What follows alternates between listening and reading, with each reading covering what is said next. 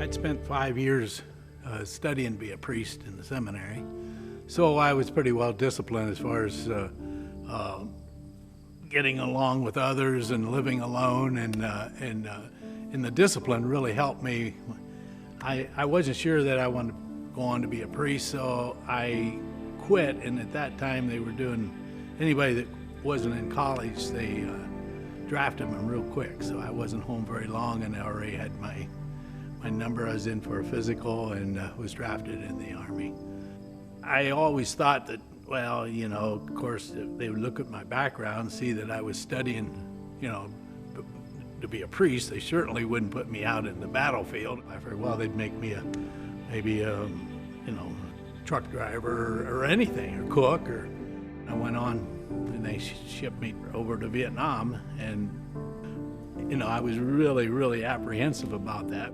They loaded us up and we went down, and that was pretty scary. I didn't know what we were doing. I didn't know where I was at. It was just total uncertainty. And here I am out in the jungle on a setting up where they just had a battle, and all these guys died and fought and everything. And I didn't know what, you know, where I was, what I was doing, or what I was supposed to do. And all I knew is that I was in the jungle, and I was laying on a bank, and I could hear all these, you know, noises that were totally foreign to me, and I wasn't sure whether it was somebody moving.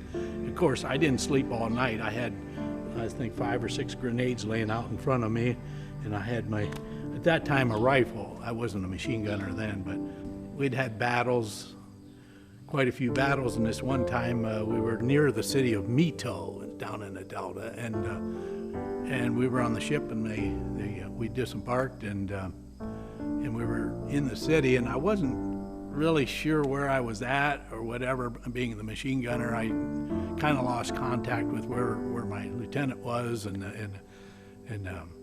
but I'd fired probably 700 or 800 rounds, and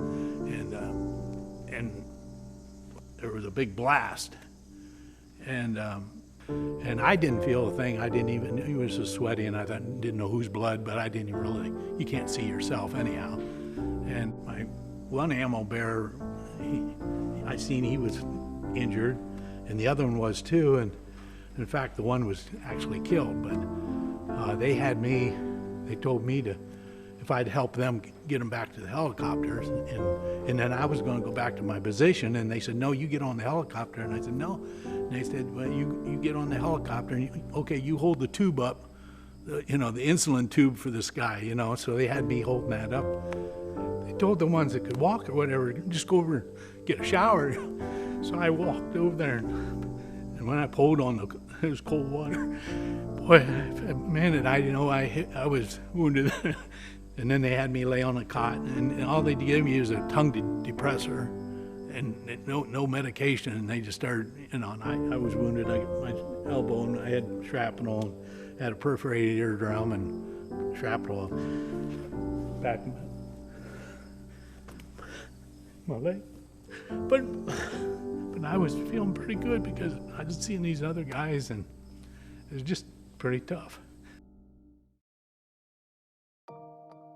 Dad is probably one of the most generous, kind, giving people that I know. I mean, not only did he serve our country, but as long as I've known him and as much as I do know about him, he does it every day in some way. He cares about people, he cares about his family, he cares about his country, and so I think he's the perfect person to receive something like this. When we talked to him about Vietnam, instead of telling us about the bad things that happened, he would tell us about lessons he learned or the positive things that he got from being over there.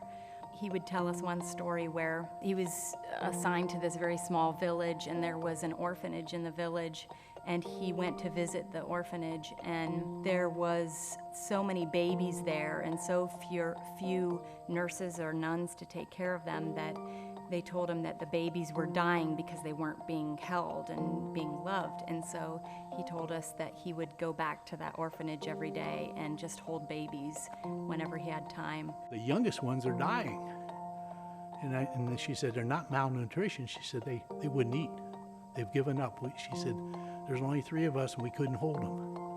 And they were dying, starving for love. They needed, and that taught me something about life, that we can't live without love, and how important it is to receive love and to give love. And that really had an impression on me, that I seen it in reality, and that how important that is for everybody. I first heard about Patios for Patriots through Jason, and then when I seen the video, I was very impressed with it, and I knew I wanted to get involved with it. We've poured stamped concrete for many years, and this was the perfect opportunity for us to get involved. Eddie is in the National Guard. His dad is a veteran, so this was an amazing opportunity for us to be a part of it. I had the opportunity to ride in a car with Rachel Workinger, and her father, Tim Workinger, had been the first recipient of a patio from Patios for Patriots. And she was excited. The video had just come out, and so she was showing that video to myself and another person in the car, and I just thought, I gotta nominate my dad. When I first saw the video, I wanted to nominate my dad, but I'm not as proactive as my sister is. She, unknowns to me, she actually ended up nominating him while I wanted to, until a couple weeks later we both found out that it's actually coming true. So I'd never heard of Patios for Patriots, and then they came in and I was just overwhelmed with this whole thing. I never heard of that. I didn't know, I didn't expect it. It was, it's still, I'm still in that expectant stage and wondering what this all is. I think he'll be just amazed at the effort and the work that all these people have put in for him. They said I'm not allowed to see it, and I promised them I wouldn't. I've been all around the house. I haven't looked at it, and I got orders from headquarters last night that last night was the last night I could be here, and I packed my bags and I was going to Eddie's this day.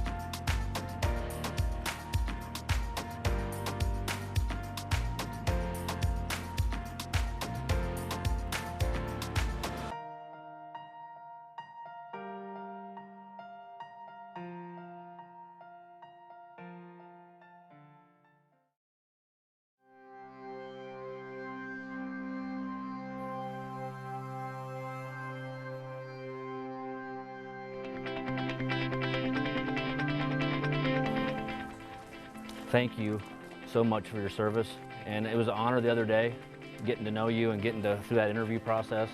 That was really amazing, and it makes this all worthwhile. I can't say enough how much we appreciate what you've done for this country. Thank you, Ed.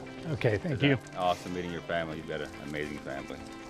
I guess if everybody's ready, we're going to go ahead and show Ed his new patio.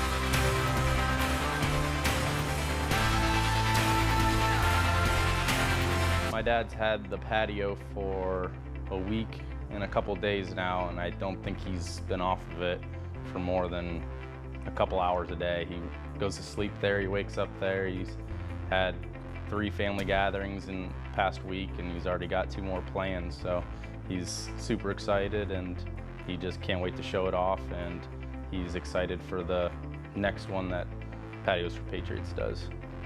I feel privileged to be a part of this organization. I hope that a lot of other companies will jump in and do what we're doing with Patios for Patriots.